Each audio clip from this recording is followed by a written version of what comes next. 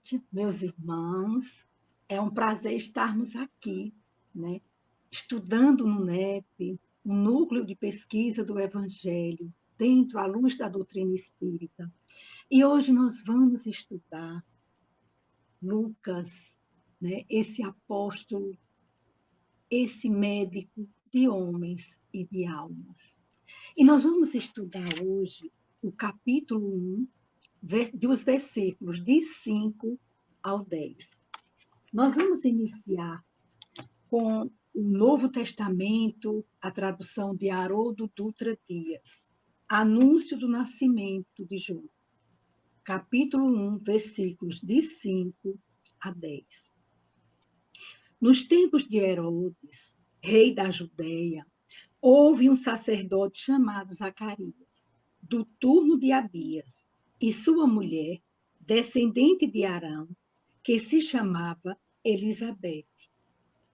Ambos eram justos perante Deus e, de modo irrepreensível, observavam os preceitos e mandamentos do Senhor.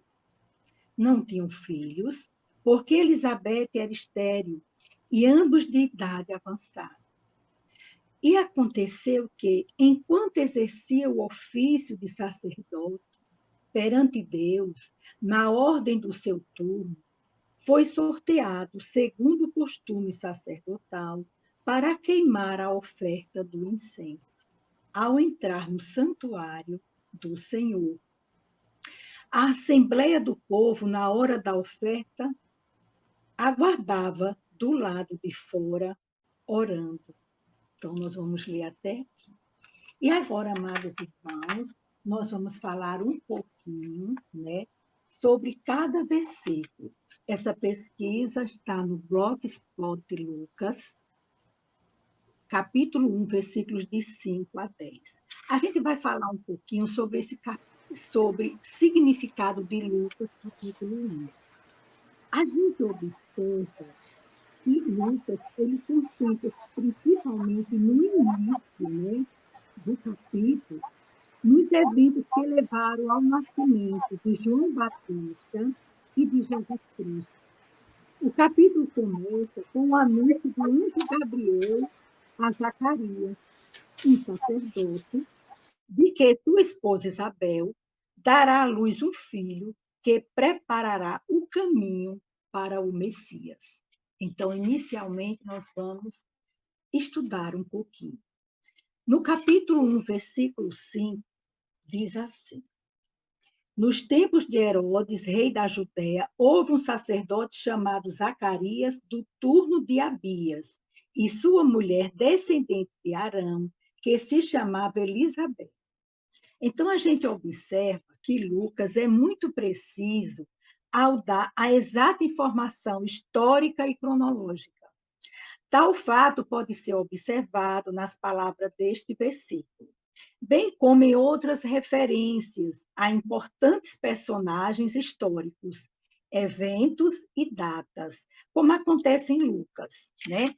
Este Herodes, conhecido como Herodes o Grande, era descendente de Esaú, né? A gente vê, observe, compare com Gênesis, capítulo 27, versículo de 39 a 40. Nascido em 73 a.C., ele foi designado rei dos judeus pelo Senado romano em 40 a.C. e reinou até sua morte em 4 a.C. Arquelau, Filipe e Herode Antipas eram seus filhos, ele tinha 3 filhos.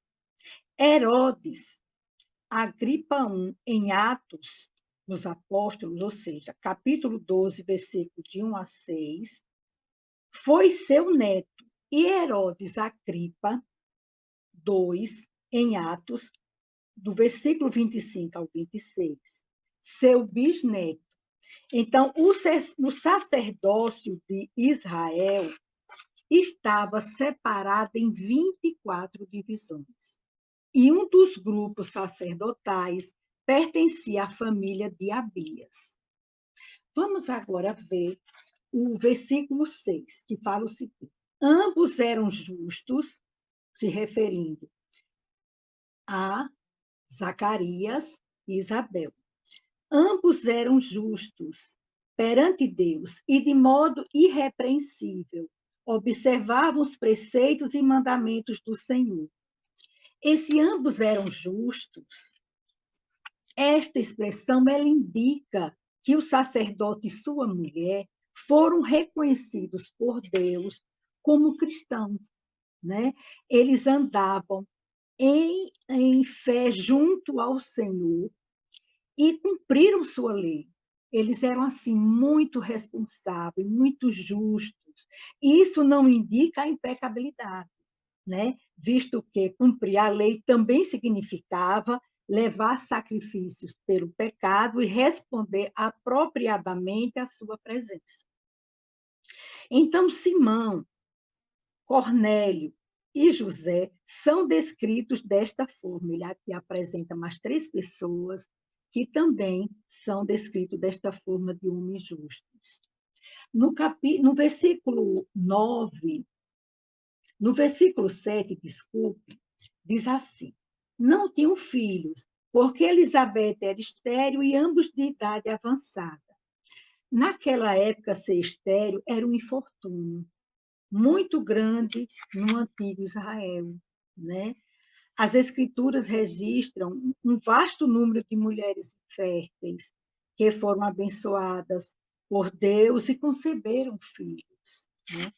E este ato de Deus indica que ele estava em ação, considerando também que Isabel e Zacarias eram de idade avançada. No versículo 8 diz assim: e aconteceu que, enquanto exercia o ofício de sacerdote perante Deus, na ordem do seu turno, vou ler também o 9, viu? Foi sorteado segundo o costume sacerdotal para queimar a oferta do incenso ao entrar no santuário do Senhor.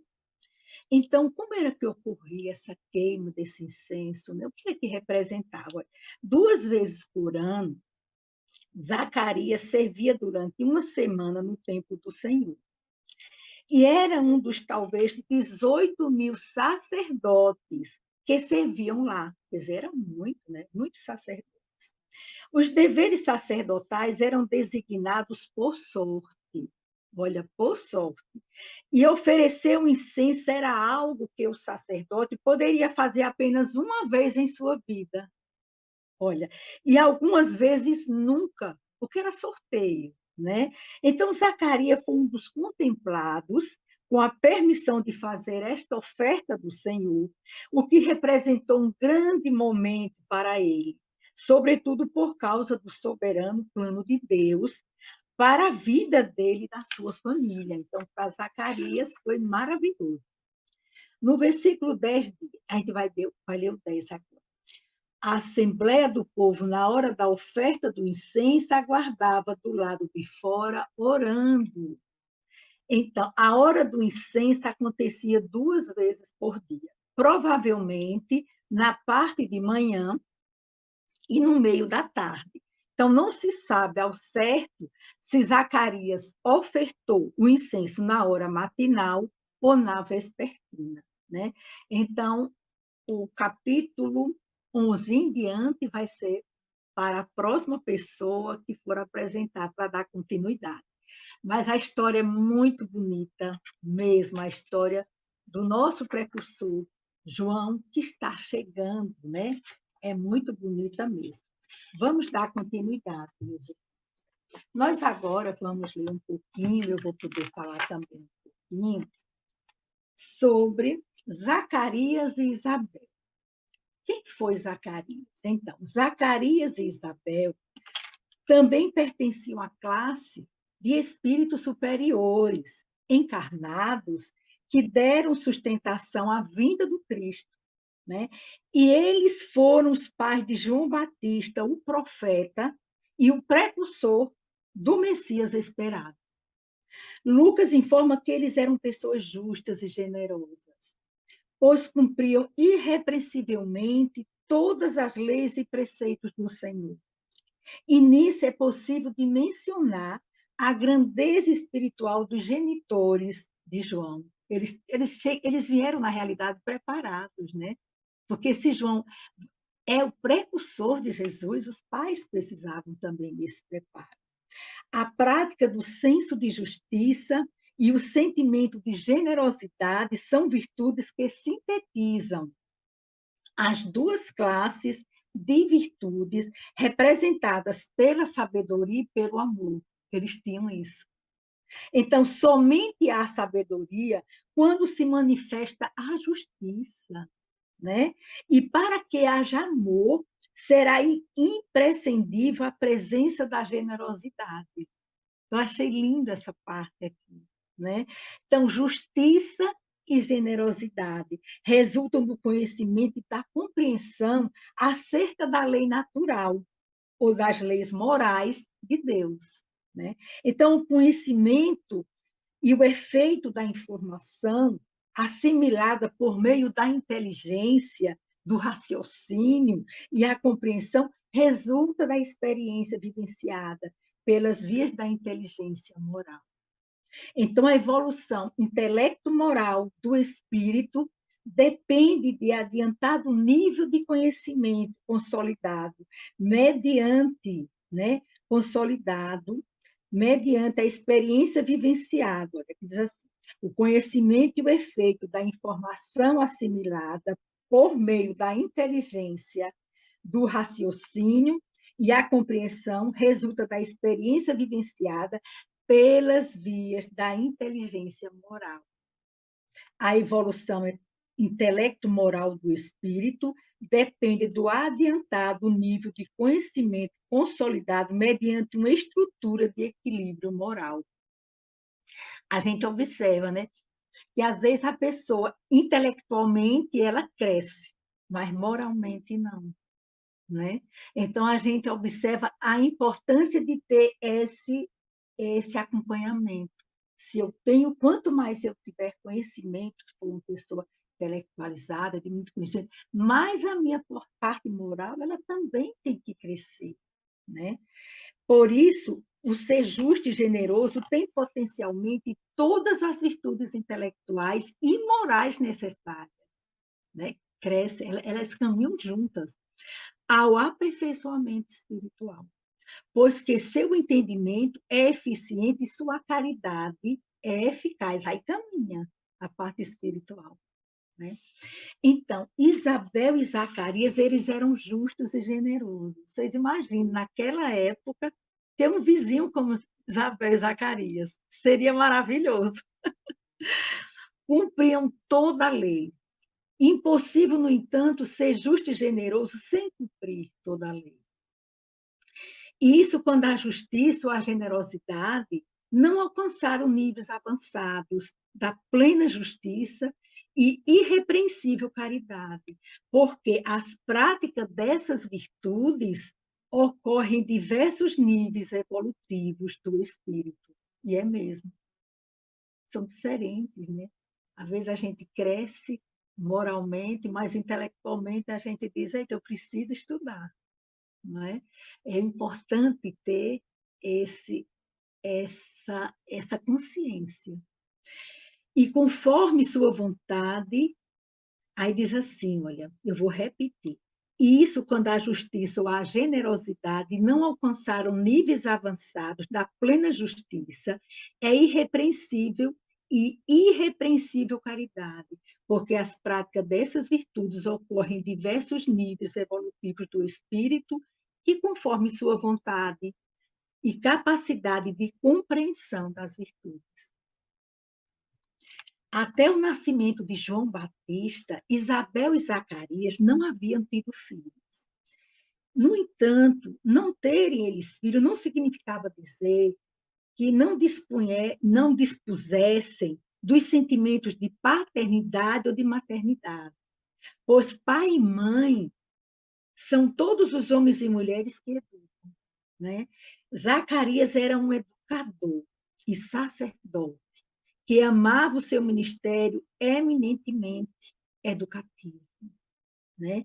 Isabel, na posição de esposa de sacerdote, compreendeu sua missão educativa na comunidade judaica, a qual pertencia. Ela era descendente de Arão, pertencia, portanto, à linhagem de sacerdotes ou de educadores do espírito, sempre comprometidos com a elevação do ser, rumo às blandices de Deus, a bondade, a misericórdia de Deus, né? Então, Isabel e Zacarias estavam em idade avançada no plano físico, e certamente suas mentes joviais e entusiasmadas lhe garantiram a motivação superior de serem pais do futuro precursor. Então, nos dias tumultuados de Herodes, o grande pai de Herodes Antipas, o qual ordenou a decapitação de João Batista, havia um homem e uma mulher à espera de uma programação divina, devidamente preparados para a redenção de muitos por meio da verdade. João representa a verdade libertadora, que preparou os caminhos do amor, personalizados em Jesus. A verdade e o amor são os corolários ou os ápices da justiça e da generosidade, personificados em Isabel e Zacarias. Sentimentos tão contrários aos dias tumultuados que precederam a vinda do Messias. Não é? Então, a gente vê assim que foram pais dedicados, amorosos, pais que fizeram de tudo, gente, para que João Batista viesse ao mundo ser o precursor de Jesus. E, dando continuidade, Zacarias, pai de João Batista, era importante sacerdote do Templo de Jerusalém. A vinda de sacerdote obedecia a leis especiais. A palavra sacerdote é latina, mas de origem grega, e refere-se ao homem que se dedica às coisas sagradas. Em relação aos trajes, Zacarias deveria usar indumentária estreita, né? Tecido de alto a baixo, sem costura, que descia até os artelhos. Um ângulo bordado apertava-lhe o alto da cintura, e uma tiara de forma cônica, de linho fino e branco, coroavam nobremente. Em relação ao casamento, o sacerdote só poderia tomar mulher que fosse de sua própria nação, mulher virgem ou viúva, que não fosse divorciada e cuja genealogia fosse tão regular como a do próprio sacerdote. No ministério, suas obrigações eram basicamente ensinar o povo a guardar a lei de Deus e ministrar no santuário. Cada classe sacerdotal desempenhava seu serviço no Templo de Jerusalém durante uma semana, conforme a lei de Moisés. A cerimônia realizava-se pela manhã antes da cerimônia do sacrifício, no santuário, ou seja, no santo, a sala que antecedia o Santo dos Santos, onde só o sumo sacerdote penetrava uma vez por ano. É aquele caso, né, quando ele entra para queimar o incenso. Então, naquela manhã, quando foi visitado por Gabriel, o anjo do Senhor, Zacarias exerceria o seu dever sacerdotal. O ato consistia em renovar o braseiro, deitar-lhes incenso e óleos perfumados. A oferta do incenso processava-se antes do sacrifício matutino e depois do vespertino. Quando o sacerdote iniciava o rito, tocavam-se as trombetas do templo e o povo se encontrava no átrio dos homens e das mulheres. Se recolheria em preso. Quando o sacerdote iniciava o rito, tocavam-se as trombetas do templo e o povo que se encontrava no átrio dos homens e das mulheres se recolheria em prece. Então, a gente observa que tinha todo esse andamento, né, para que aquilo ali tudo ficasse de acordo com as leis divinas. E eles eram pais dedicados, justos, amorosos, que se prepararam para receber João Batista, esse grande precursor de Jesus. Meus irmãos, eu quero agradecer a vocês, lembrando que essa pesquisa foi de Emílio Brasileiro, esse autor, Tratado dos Evangelhos, Que Jesus nos abençoe, que Jesus nos ilumine, também a tradução Novo Testamento, a tradução de Haroldo Dutra Dias e também a parte também do blog Spot Lucas, né, onde a gente coloca na internet, pesquisa e faz essa pesquisa. Quero agradecer a todos, que Jesus continue nos abençoando, que tenhamos muita paz e muita luz, com certeza. Muito obrigada a todos.